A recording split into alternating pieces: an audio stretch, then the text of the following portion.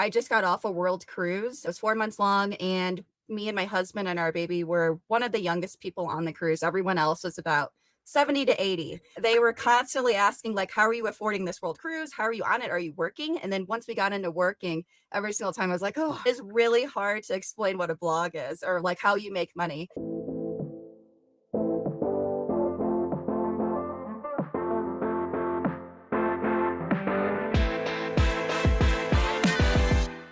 Welcome back to the SheSpeaks podcast, and this is a new season. We are focusing on female influencers, creators, so women who have built amazing followings on social media, many of whom are able to earn a living and built a livelihood off of the fact that they share their lives on social media with others. And as I mentioned in the trailer last week for our new season, we are going to be focusing on the stories of female creators and influencers. There is so much misinformation out there. The influencer space is one that we've got loads of podcasts and documentaries and docu-series coming out about influencers, and they really do show one part of the influencer experience, but we feel like there's a whole lot more to it, and that's why we want to delve into it more with this series on female creators, influencers. We're going to talk about what kind of impact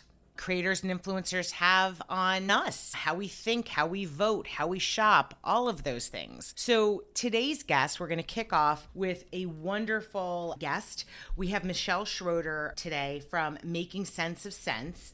And Michelle Schroeder-Gardner is an influencer who runs a very successful blog and social media handle, which I mentioned is called Making Sense of Sense. She started her blog in 2011, chronicling her journey of getting out of student debt in just 7 months. So she was determined to get out of debt. She didn't know anything about how to do that, so she set out learning. And now from there, she really went into so many more things, that money saving tips, business tips. So she has 650,000 followers, and she shares with them smart ways to make money.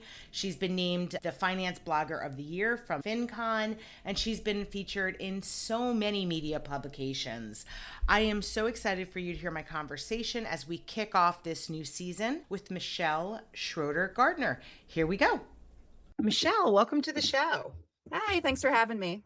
Well, I'm excited to talk with you because you have done something that I think so many people are now kind of dreaming of, which is, you're going to share your story, but really kind of taking your life, figuring out how to get yourself out of debt, but also create this business for yourself that allows you to live life the way you want to. So can you take us back to where you started when you started off as someone who had debt and didn't want to live that way?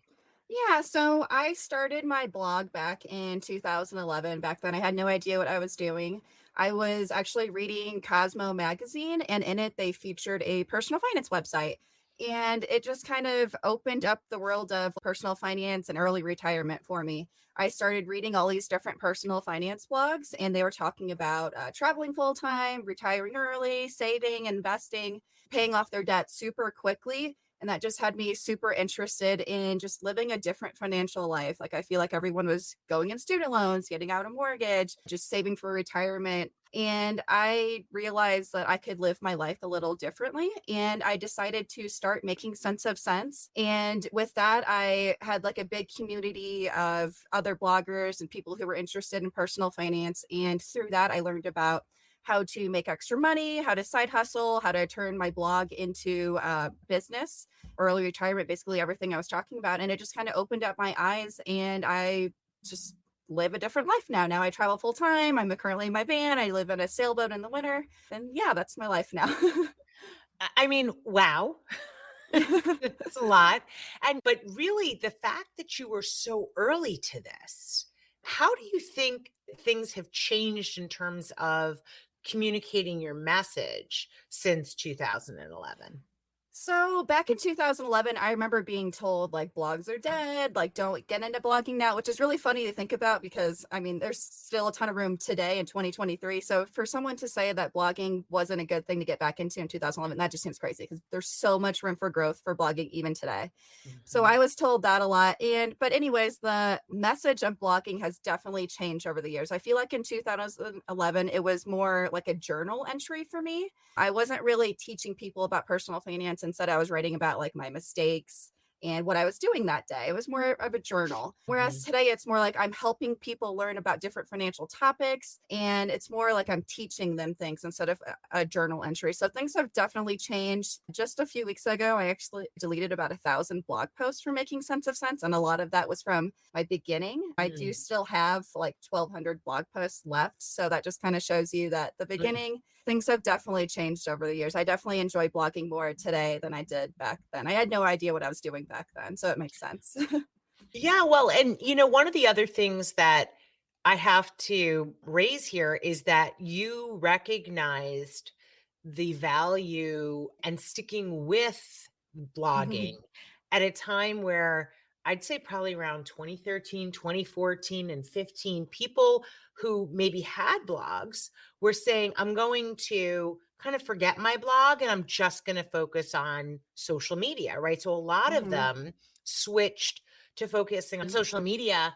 And as we've heard these horror stories, Instagram, Meta, for example, mhm. can decide one day your Yeah. account is suspended and you have literally no way to get in touch with all of these people who you have grown in your audience. Yep. But if you stayed with a blog, that blog you own. No one can Mhm. ever say, that is no longer yours. So it's like kind of the idea of owning something versus Definitely. renting. And I'm curious, especially given Mhm. what you teach people in terms of their finances, how you think of that idea of like the owning versus the renting, maybe if you consider social media, like a social media account renting. So I am definitely a big advocate of having your own blog, having it be self-hosted and owning your own domain. So when I first started making Sense of Sense, it was actually on Blogspot.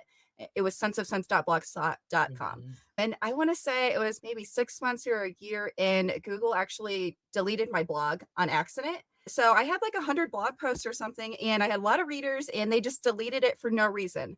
I don't know if I even got an email, but I was super shocked. I definitely didn't do anything wrong. I reached out to someone in the blogging world who happened to know who to contact at Google about them deleting my blog on accident. And thankfully, I got it back, but I don't know. It was maybe a few days or a few weeks where I was in full panic mode that my blog was deleted. So, right after that, I actually switched to self hosted WordPress, got my own domain, and it's definitely something I really, really believe in. Just owning your domain, owning your blog, and just owning your whole platform. Social media is great, but I definitely think you still need a blog to bring your readers all back to because, like you said, you own your blog, you own your domain. Whereas social media, you don't know if there's going to be an algorithm change or if it'll be deleted or even hacked. I mean, people get hacked all the time Mhm. on social media. So I like to Mhm. use social media more as like a side way to grow your blog, or even just it can still be your main platform, but still have a blog to bring people back to just in case something happens, which you really hope that nothing happens.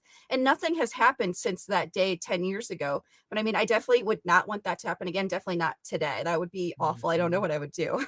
Yeah.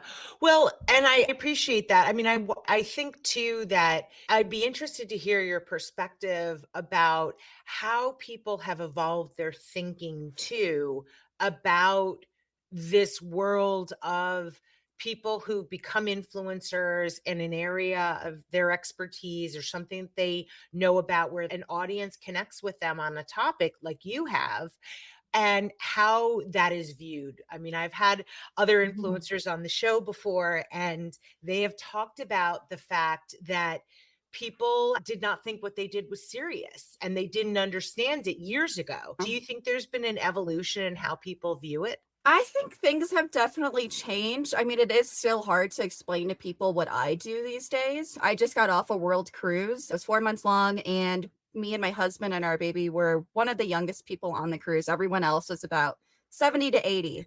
So them, they were constantly asking, like, how are you affording this world cruise? How are you on it? Are you working? And then once we got into working, every single time I was like, oh, I have to explain what I do to 70 to 80-year-olds, and that is really hard to explain what a blog is or like how you make money. They were all really sweet, but it was just funny to try to explain what a blog is over and over again. I really need to work on like my elevator pitch. I'm really bad at it. But yeah, so I think things have definitely improved over the years. I mean, trying to explain what a blog is was like 10 years ago was a lot more difficult, or how to explain like, oh, I make money on Instagram 10 years ago. I mean, that was really hard. I feel like people these days kind of understand like you can make money on Instagram, on Facebook, TikTok. So I think things have definitely improved. I still think there's probably some room for growth, just like how I need to work on my elevator pitch. I mean, I'm not even that great at explaining what I do in one sentence or less. So I definitely think there's still room for growth. Yeah, there's so many questions for you, but I do want to get into your part of your area of expertise. And let's talk a little bit about the debt. So you talk about the fact that when you started with $38,000 in debt, Hmm. and that was student loans, Yep. and you were able to focus on how am I going to get rid of that debt? And Hmm. now you have this amazing, thriving business. Can you talk about, for people who may be listening who have Hmm. debt that they want to get rid of, what are some tips, or like a couple of things they can think about to start dealing with that? And also the Hmm. emotional weight, or however you want to call it, of knowing that you're living with debt. Yeah, so it was about 10 years ago when I was blogging on Making Sense of Sense in the very beginning. Everyone else was talking about how they were paying off their debt super quickly. And I realized I didn't want to live for like decades with my student loans, even though my student loan debt is seems much lower than what people are dealing with these days. I didn't want to deal with a $500 to $1,000 monthly payment each month for 20 years or whatever to come. So I found different ways to make extra money, pay off, or creating a budget, cutting expenses, basically anything that I could do to pay off my debt as quickly as possible. My favorite way back then to pay off my debt and today is still to make extra money. So I was doing tons of different things, such as starting a side business, which was my blog, freelance writing. I was managing social media for other travel blogs and finance blogs. Back then, I was selling items online. I was mystery shopping. I was conducting market research studies. I was doing basically any side hustle I could think of back then. I was doing it so that I could pay off my debt as quickly as possible. And while it was super hard, I used all of my free time towards making extra money. I did pay off my student loan debt in just 7 months. So Wow. it was, while it was a lot of work and no free time back then, it was well worth it. And I wouldn't change a thing in the world, because I mean, it was 7 months of pain. And now I was out of student loan debt when I was like 23 or 24. Wow. So it was definitely something that I recommend. That's kind of amazing. And it sounds like the way you approached it back then was just to buckle down, cut your expenses as much as possible, and also to, find some side hustles, like, Hmm. where you could earn money. Yep. So, why are we so emotional about money? What is it that makes us as human beings so emotional?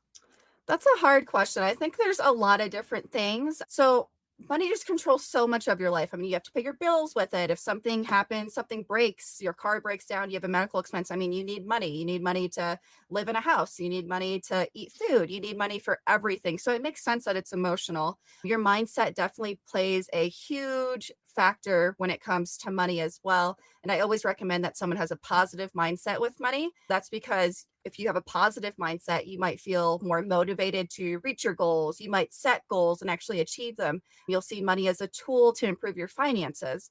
So, money and your mindset makes sense that it would be so emotional, but there's definitely ways I think to improve it, such as just being more positive, which I know that sounds kind of woo woo, but I definitely think being positive about your money is really helpful. What do you want people to take away from your content? What are topics, some of the key topics you Mhm. cover, and what do you want people to be able to do through, engaging and consuming the content that you put out? So I write a lot about making extra money and just finding different ways to side hustle or start a business or work from home. So I definitely think that I want people to learn about different ways to make extra money or make money in general. You don't have to go into a full-time job that's where you're working for someone, or you don't have to commute every single day if you don't want to. Whereas some people I know love that. So, but I just want people to learn that there's different avenues to making money and paying your bills. Also, just learning about early retirement, traveling full Mm, time if that's what you want to do. Basically, just living a different life. So, like, my mm, tagline for making sense of sense is earn more, save more, live more. And everyone wants a different path in life. Everyone is different. So, whatever that means for you, whatever that live more is, maybe that's just spending more time with your family, traveling more, just sitting at home and doing whatever your favorite craft is, just whatever allows you to do that. But that's what I want people to learn. I love that. And, in terms of thinking about how you help people make money, and a lot of that is focused on making money online. Mhm. What is one thing that people who have never even considered making money online should know about what the opportunity is for them? That is a tough question. I definitely want people to know that there's probably something for everyone. A lot of people think that online work is you have to be like super techie or you have to have like experience in computers or just whatever that job is. But I definitely think there are a lot of different online jobs for pretty much everyone. I mean, I had no idea what I was doing and I found tons of different side hustles online. When I got into freelance writing, I had no background in that. Actually, in high school, I remember my English teacher telling me that I was an awful writer. So, yeah. So, I mean, and I'm a full-time writer now, and I hear that a lot from a lot of bloggers. Their teachers all made fun of them, and I hear that a lot from other bloggers, which is really funny because now we all make a full income online. So, just learning that there are so many different ways to make money online. So, one thing I always recommend that people do is identifying your skills and passions just because maybe if you're good with numbers, you can become a bookkeeper. If you like to write or you like to read, maybe you can become a copy editor, a proofreader, or a writer. Just kind of identifying what you want to do just because there are so many different options out there. Yeah. What are one or two interesting ideas for how people are making money online? I know you talked about you are a full-time Mhm. writer because you're doing your blog full-time and writing. Mhm. What are some of the other things that you've seen people do that are creative and interesting? Yeah, so there's a lot of different things. Of course, there's proofreading, virtual assisting, writing. I've seen people create stickers online that they're selling on Etsy, printables, blogging. You could do transcription work, you could do translation work. There's Mm. just an endless amount of online jobs. It would be hard for me to name them. I mean, there's probably hundreds of thousands. Definitely just find one that you're interested in. Yeah, I love that, and we'll make sure to have the link to your site so people can go there, find the articles you've written about this, and hopefully, look for some of the Mhm. resources to figure out what might work for them. What is a digital nomad? You talk about the fact that you're a digital nomad. What does that mean? So a digital nomad, it could have varying meanings, but for me, it's just I work online on my business while I travel around the world. For others, it might be that they work for someone else while they can travel around the world. You might be in an RV, on a boat, you might take flights or trains. Just basically, you're traveling and working at the same time. I love that. So you have been traveling the world on a sailboat, right? Part of the time on a sailboat. What is that like for your family? So we have been doing this for a little over 5 years now. Before this, we Wow. actually RV'd. Both are really amazing. They're both pretty similar. What thing I love about living on a sailboat or in an RV is that you never have to pack or unpack. You're just bringing her home everywhere you want to go. So if you want to go to a new country or a new state, you're already ready to go. You just got to drive. So you can see all these amazing places. You can park right next to a hiking trail, right next to a really good diving spot, right next to a beautiful beach, and you're just there with your whole entire home and your kitchen and your bathroom and your bed. So it's really nice. One thing I really love about traveling full time is that you kind of go to maybe more unknown places. And that's because you're constantly driving or sailing through them. And you just get to stop and you just get to spend as much time as you want because your whole home is there and you really have nowhere else to be. I love that. Well, and it kind of opens your mind to so many different possibilities. I think that's one of the things so many of us love about traveling. You go to a place you haven't been before and it just opens your mind to a different perspective, right? I mean, it's Yeah. just physically taking yourself from one place that you're usually and then going to another. You can't help but have different perspectives. And you get to Yeah. do this almost like on steroids, right? Yeah. You It's get to pretty do nice. It is hard, but I do love it a lot. It's great. Do you see this being something you do like long term, or do you think you'll sort of evolve in terms of the makeup of how you all are living now? So we've been doing this for almost 10 years now. And in the beginning, I remember saying, like, I'll never live in a house again. I will do this forever. Things have definitely changed just because it gets kind of tiring constantly having to plan things, more so in a sailboat, just because you're constantly planning around weather. Things are always broken. There was a quote that I read the other day that said, everything on your boat is broken. You just don't know it yet. And that is like really true in the RV or and boating world. So that's definitely the hard part. So I definitely think we will live in a house full time, maybe eventually. But I do really love traveling, and my husband does, and our baby girl does really, really good on the road and traveling. So we'll be Mhm. doing this for the foreseeable future. Okay, well, what is one thing that would surprise people the most about living on a boat, and what is the most difficult thing about living on the boat? I really like night sails, and when you Mhm, talk to other sailors, they all say, like, nighttime sails are just magical. You just get to look at the night sky, it's so peaceful, sometimes dolphins join you for the sail for hours. It's just so beautiful at nighttime, but then there's also a lot of challenges. So at nighttime, I mean, things could go wrong, weather, you never know mhm, when there's gonna be a storm that pops up. Of course, there's things that are always broken. On a sailboat, it can be pretty hot at times, even though we have ACs. I mean, you are dealing like with the tropics most of the time.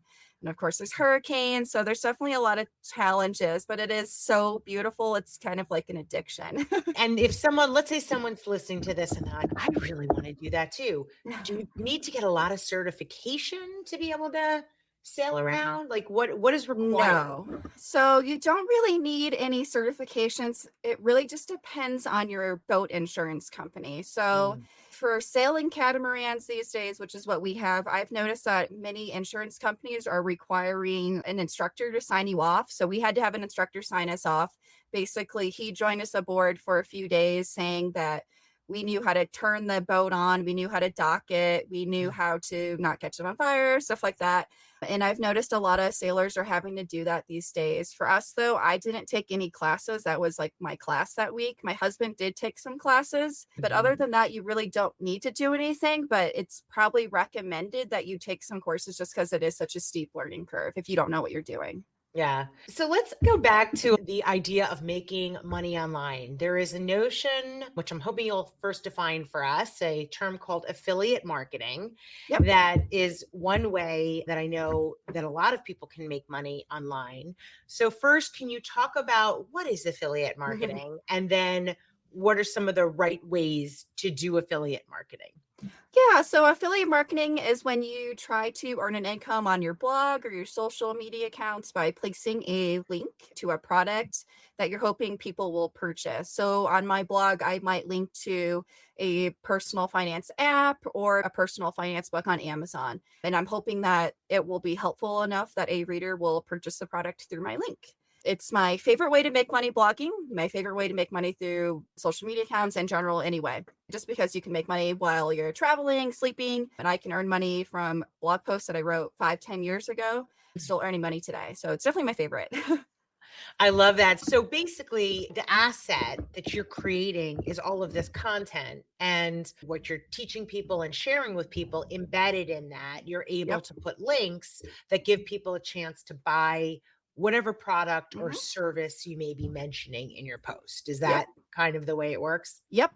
In terms of then thinking about the future for you and how you scale this beyond, I mean, you've scaled Mhm. already, Yep. scaling it to a place that's maybe beyond even where you are Mhm. now. Is there a path forward for that for you? Do you see how that's achievable and where do you want to take this? Yeah. So my goal right now is just growing my blog through SEO. So I've always said in the past that I'm going to work in SEO. I'm going to grow my blog through Google. And I've never really done that good of a job. But right now, that's what I'm working on. I'm doing a complete web degree design. I've deleted over 1,000 blog posts to hopefully hone down my niche. And that's my main goal right now because most of my traffic right now comes from my email newsletter, Pinterest, direct traffic, Facebook, stuff like that. So SEO is my goal right now. And I'm hoping for that to like really take off this summer.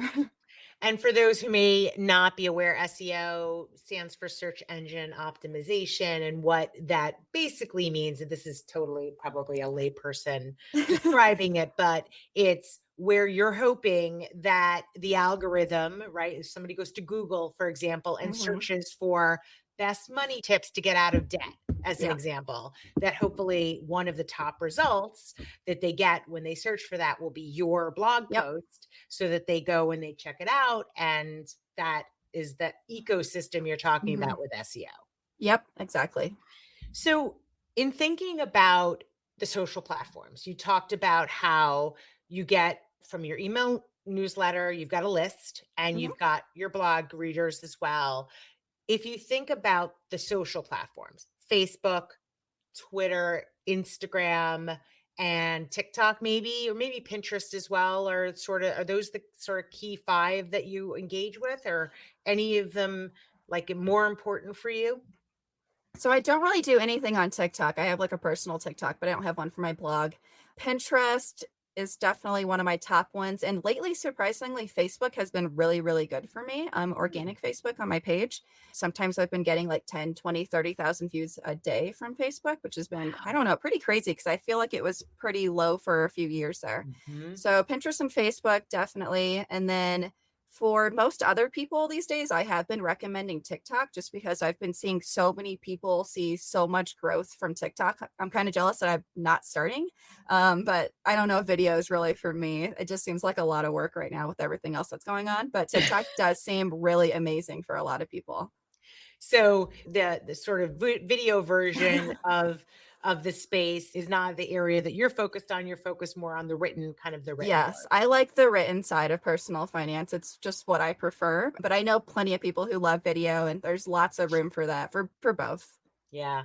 Okay. Well, I'm curious, how has AI, artificial intelligence, which I know I've been hearing a lot about how Mhm. it can be really useful for writers, Mhm. how has AI factored into what you do? And do you see it becoming something that can make things a lot more efficient for you as you move forward? Yeah, so I have just been kind of dabbling in AI. I have used like ChatGPT and then Koala Writer is something I have recently started looking at. I definitely think AI has a place in blogging, and I definitely don't think it's going to take over the blogging world or anything like that. I think there's a lot of room for growth. For me, I like to use like ChatGPT to kind of brainstorm outlines or even titles for blog posts or even just like a Mhm. meta description for Google for me. So I definitely think there's lots of little things I can use it for. The other day I used it to help me write my own bio, which was kind of funny. I just said, "Who is Michelle Schroeder-Gardner? Will you write a 2 paragraph bio for me?" And that it was actually really good. I was really surprised. It was much better than what I could write.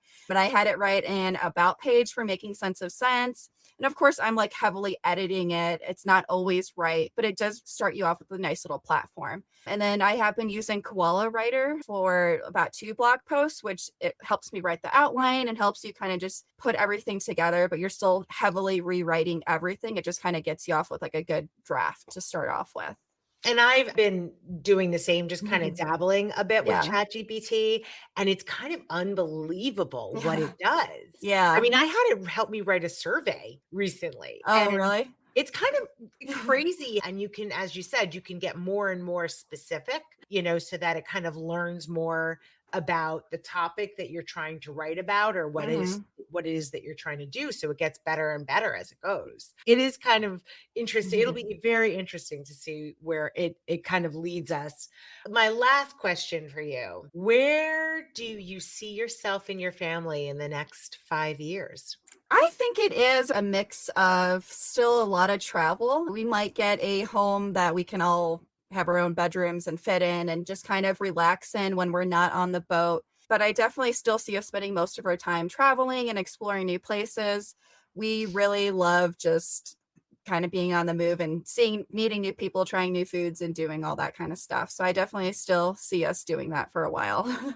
Well, Michelle, thank you so much for spending this time with us today. If people want to follow you, where's the best way for them to do that? So the best way would be to go to makingsenseofsense.com if you want to read my blog post, learn how to improve your financial situation. And then also my favorite way would probably be to follow me on Instagram, which is instagram.com/Michelle Schro. I don't really talk about personal finance or the blog on there, but it's just my life and traveling and having a family and just the things I'm doing. Well, thank you so much for spending your time with us today, and congratulations on this amazing life that you've been able to build with your own, like really just by your own momentum. It's amazing. So congratulations. Yeah, thank you so much. Thank you for listening. If you're an influencer or a brand that wants to work with us, please feel free to email us at info@shespeaks.com. Until next time.